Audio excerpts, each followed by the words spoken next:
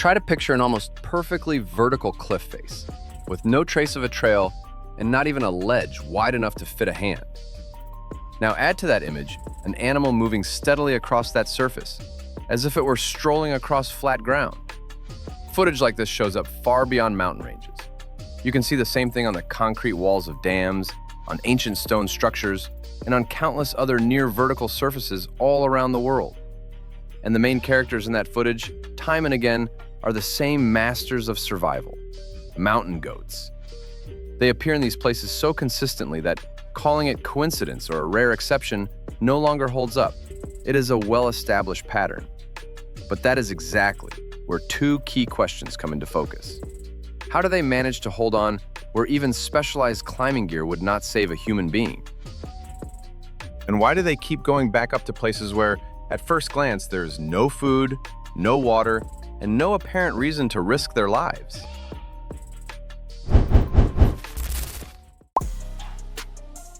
Similar scenes have been documented in the most varied corners of the Earth, in the Alps, in the Himalayas, in the Caucasus, in the Rocky Mountains of North America, and in the highlands of Ethiopia. And this is not a matter of a single species that's simply spread across the entire planet. In each of these regions, independent experts in navigating near vertical terrain evolved completely on their own. When people say the words mountain goat, the impression is usually that there is one specific type of animal with a talent for climbing rocks. In reality, the situation is far more complicated. That name covers an entire group of related species living in different parts of the world, each of which adapted to life among the cliffs entirely independently of the others. What is more, some of them are not even true goats in the conventional sense of the word. The North American mountain goat, for example, is actually more closely related to chamois than to most animals we typically think of as mountain goats. Yet in terms of appearance and way of life, they all arrived at essentially the same solution. It turns out that nature has repeatedly faced the same challenge: how to survive in a place where survival seems nearly impossible. And each time the answer has turned out to be remarkably similar. But even that only explains who climbs these vertical surfaces. The main question still has no answer. Why do they go up there in the first place? At first glance, it seems like there could be nothing of value on a sheer cliff face. No grass, no shelter, no water. But for many mountain-dwelling herbivores, something is hidden there that can matter more than food itself. That something is salt and other minerals. At high elevations, plants often contain very little sodium. In summer, when animals are feeding heavily on fresh vegetation and moving around a great deal, that deficiency becomes especially acute. That is why these animals will seek out any source of minerals available, even if reaching it means climbing somewhere, where a single mistake means falling dozens of feet. In some places, they lick natural salt deposits directly off the rock face. In others, they work patches of mineral-rich stone. But what is most remarkable is that this principle holds true not just in the wild. If minerals appear on the concrete wall of a dam, the animals will climb up there too. If they accumulate on stone masonry or any other vertical structure, hooved animals will use that just as readily. The answer lies in the physical design of these animals themselves. If you look closely at the hoof of a mountain species, it becomes clear that it looks nothing like what most people picture when they imagine a hoof. Along the outer edge runs a hard keratin rim. That rim is what grips the tiniest irregularities in the rock and functions almost like a rigid clamp. At the center sits a soft, elastic pad, one that can deform slightly under load. When the animal sets its foot down on a surface, the hoof does not simply touch the rock. It increases the area of contact and literally conforms to the shape of the outcrop. At the same time, both halves of the hoof can move somewhat independently of each other, which provides additional stability on uneven terrain. The distribution of body mass plays an equally important role. Mountain species have heavily developed shoulder muscles, and their center of gravity is shifted forward. This allows the animal to maintain balance continuously across several independent points of contact. The joints of the limbs also function in ways that might come as a surprise. They allow the hooves to be placed at angles that would be uncomfortable or simply unreachable for most other hooved animals. This makes it possible to brace against even the smallest ledges. Rounding out the whole system is a well-developed vestibular apparatus. The inner ear in these animals is relatively large, and it helps them continuously track the position of their body in space, even when the surface beneath their feet is nearly vertical. And finally, vision plays a crucial role. The placement of their eyes allows them to simultaneously monitor the surrounding environment, the positions of nearby animals, and the surface directly beneath their hooves. All of these features together transform a sheer cliff from an insurmountable obstacle into a completely ordinary habitat. But even after fully understanding how their bodies are built, it is hard to shake one more question. How does an animal actually learn to use this system so skillfully that it can walk across vertical surfaces almost from the moment it is born? The answer begins at the very moment of birth. Up in the high mountains, you can sometimes witness a scene that looks almost unbelievable to human eyes. A narrow rock ledge, a cold morning, a vertical drop below, and standing next to the mother is a newborn, only a few hours old. It has no experience whatsoever. It has never seen a cliff before and has had no time to learn anything from the adults around it. Yet within the first hours of its life, it can move confidently across difficult terrain, holding its balance in places where a person would need a safety harness. Of course, young animals do make mistakes and gradually sharpen their skills over time, but the underlying ability to move across near vertical surfaces is built into them from the start, from birth.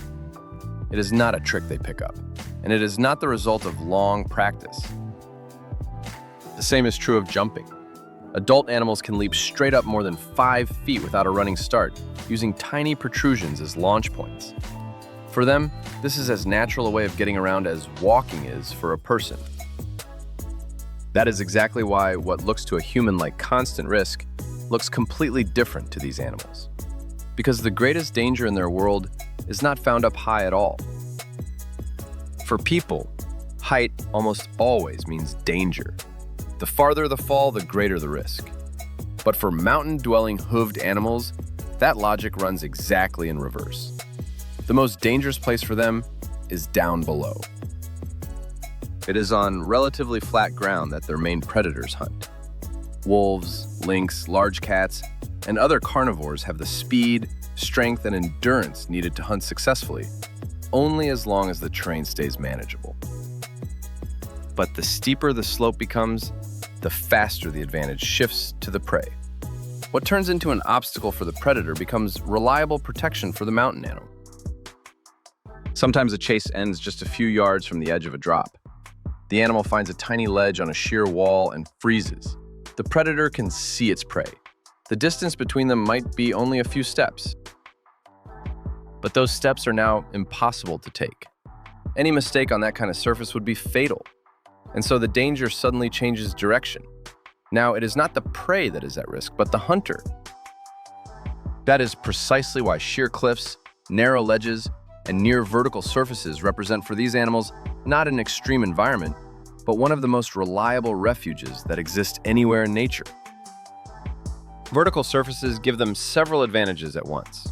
On some they find minerals, on others they escape predators, and more often than not, they take advantage of both at the same time.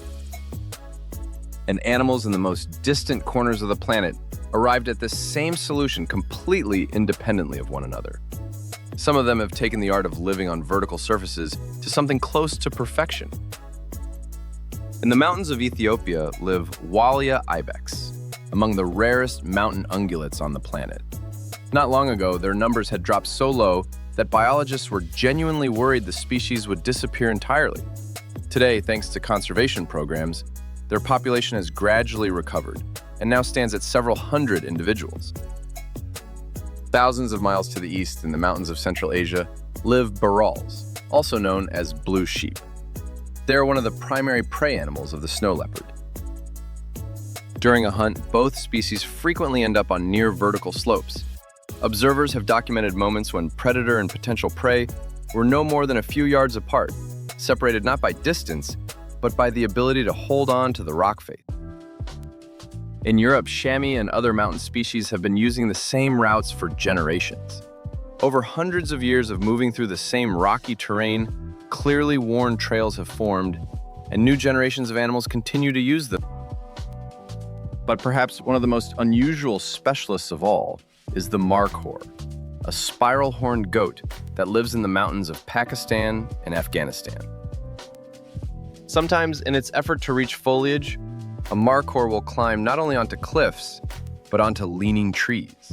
And then an animal that just minutes earlier looked like a perfect mountaineer suddenly starts to resemble a stubborn gardener, determined to reach the most inaccessible branches, no matter what it takes. And while mountain ungulates have become the most well-known specialists in vertical surface living, they are far from the only animals that have chosen this way of life. In South America, vizcachas live on rocky slopes. From a distance, they are easy to mistake for large rabbits, but they spend most of their lives among the rocks and can navigate very steep surfaces with remarkable precision. In Africa, hyraxes solved a similar challenge. These small animals have a unique foot structure. Their pads are capable of staying moist, which significantly increases their grip on the surface. And here, nature throws in another unexpected fact. The closest living relatives of hyraxes are not rodents or hooved animals, but elephants and manatees. But if vertical surfaces have always been a natural part of the hyrax's habitat, mountain ungulates over the past few decades have been increasingly moving into structures that appeared on this planet very recently. It turns out that concrete dams, stone bridge supports, and even some old buildings can serve the same function as the natural cliffs these animals have relied on for millions of years. The reason comes down to minerals. Water passing through concrete and stone gradually dissolves and draws soluble compounds to the surface. For a person, those changes are almost invisible.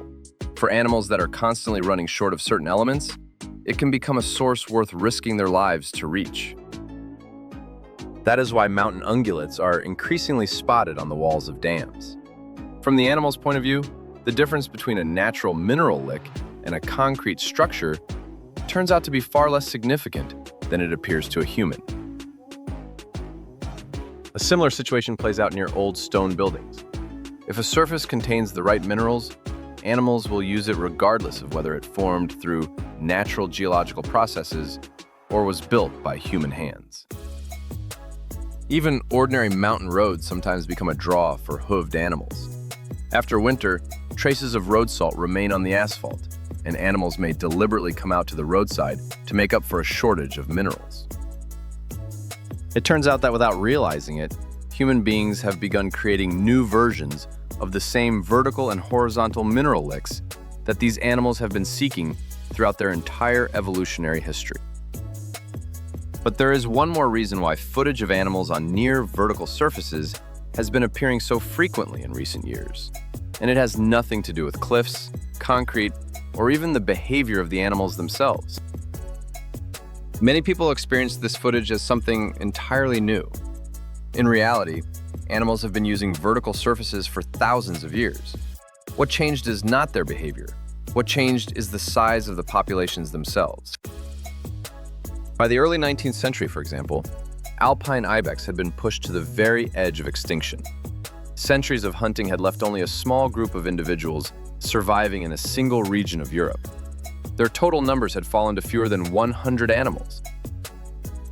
Virtually all of today's population descended from those few survivors.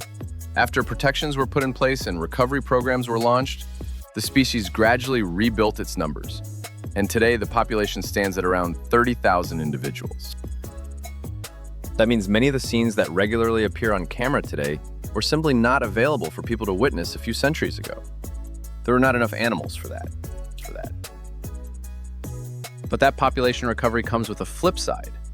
When an entire species passes through a period in which only a small number of individuals survive, genetic diversity inevitably declines. That increases the risk of inbreeding and the spread of hereditary disease. In some populations, specialists have already had to deal with disease outbreaks and take steps to maintain the health of the animals. And a fairly paradoxical situation emerges. At the very moment when humans finally manage to bring these animals back to the cliffs, new threats appeared that can no longer be seen with the naked eye. But even genetic problems have turned out not to be the only challenge these animals face today. Over the past few decades, the very environment they spent hundreds of thousands of years adapting to has begun to change. A growing body of observations shows that in some regions, mountain ungulates are becoming more active during the dark hours. The reason is straightforward. Air temperatures are rising, and daytime activity is demanding more and more energy. As a result, animals are beginning to shift their feeding and movement to the evening, nighttime, and early morning hours. And this shift is happening so quickly that researchers are documenting it within the span of a single generation. Another paradox takes shape. For most of their evolutionary history, the main threat to these animals came from predators. But today, in many regions, heat is influencing their behavior just as much as hunting ever did. And while the animals themselves are adapting to new conditions, humans are trying to figure out how they manage to do what still seems nearly impossible, even by the standards of modern technology. That is exactly why engineers and robotics developers have spent years closely studying the anatomy and movement patterns of animals that learn to treat a near vertical surface like an ordinary road. The designers of robots built for use in mountainous terrain, disaster zones, and other demanding environments have long reached the same conclusion.